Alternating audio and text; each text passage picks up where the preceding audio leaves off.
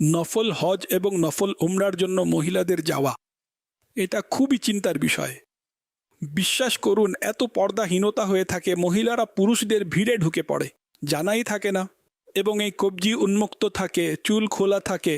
এহরামের কত ভুল, এবং কারো উপর দম আবশ্যক হয়, কারো উপর কাফারা আবশ্যক হয়ে থাকে, গুনাহ আলাদা হয়ে থাকে। আমার আকা আলা হজরত ইমামে আলে সুন্নাত রহমতুল্লাহি আলাইহি বলেন, মহিলাদেরকে তাওয়াফের জন্য রাতে নিয়ে আসুন, কেননা রাতে মাতাফ খালি পাওয়া যায়। 20-30 জন মানুষ খুব বেশি হলে তাওয়াফকারী হয়ে থাকে, মহিলাদেরকে তখন তাওয়াফ করাবেন। এটা আলা হজরতের পর্দার উপদেশ এবং লজ্জার বিষয়।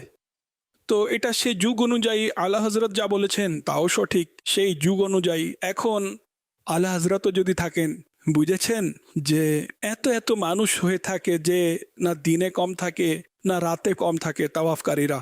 মনে করুন সর্বদা মাতাফ পূর্ণ থাকে সাধারণত, এখন তো রাতেও সমস্যা। অনুরূপভাবে রামির মধ্যেও মহিলাদের এমন সময় নিয়ে যাবেন যে যখন ভিড় সবচেয়ে কম থাকে, মহিলাদের মধ্যে এক প্রকার ধাক্কাধাক্কি, অর্থাৎ নারী পুরুষের অবাধ মেলামেশা না থাকে। কিন্তু মহিলাদের মানসিকতাও তো হতে হবে। হজরত উম্মুল মুমিনিন বিবি সাউদা রাদিয়াল্লাহু তাআলা আনহা, তাকে অনুরোধ করা হলো যে আপনি হজ করুন। তিনি বললেন, আমি ফরজ হজ করে নিয়েছি, এখন ঘর থেকে আমার জানাজাই বের হবে, অর্থাৎ পর্দার প্রতি দৃঢ় আনুগত্য।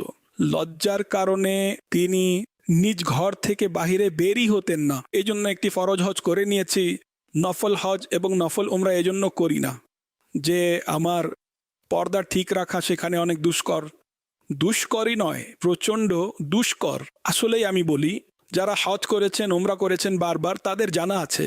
আমরা জানি যে কি অবস্থা হয়ে থাকে, পুরুষদের দাঁড়িয়ে থাকাই কষ্টকর হয়ে যায়, এত ভিড় থাকে। যদি কাবার জিয়ারতের জন্য কেউ বসে না মসজিদুল হারাম শরীফে, আমি ঠিক বলছি, অসংখ্য মহিলাকে টপকিয়ে আপনার দৃষ্টি কাবা পর্যন্ত পৌঁছাবে ভিড়ে। কাবা শরীফের জিয়ারত আমরা বসে বসে করছি, এটা খুব বেশি হলে মুস্তাহাব। আর জেনে বুঝে মহিলার দিকে তাকানো, বুঝে নিন।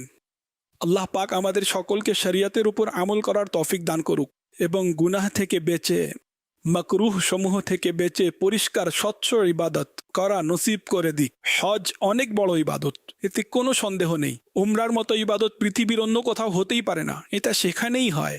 তাওয়াফের মতো ইবাদত অন্য কোথাও হয় না, এটা সেখানেই হয়। কিন্তু কথা হলো, আমি যা কিছু বলেছি এটিও চিন্তা করার বিষয়। আল্লাহ পাক আমাদের সকলকে নসিব করুক, বারবার হাজিরি নসিব করুক, মুখ, চোখ, কান, হাত, পা, মন, মস্তিষ্ক এবং পশম পশমে কুফলে মদিনা নসিব করুক, যেন আমরা গুনাহ থেকে বেঁচে আমাদের দৃষ্টি মুখের হিফাজত করে ইবাদত করতে পারি।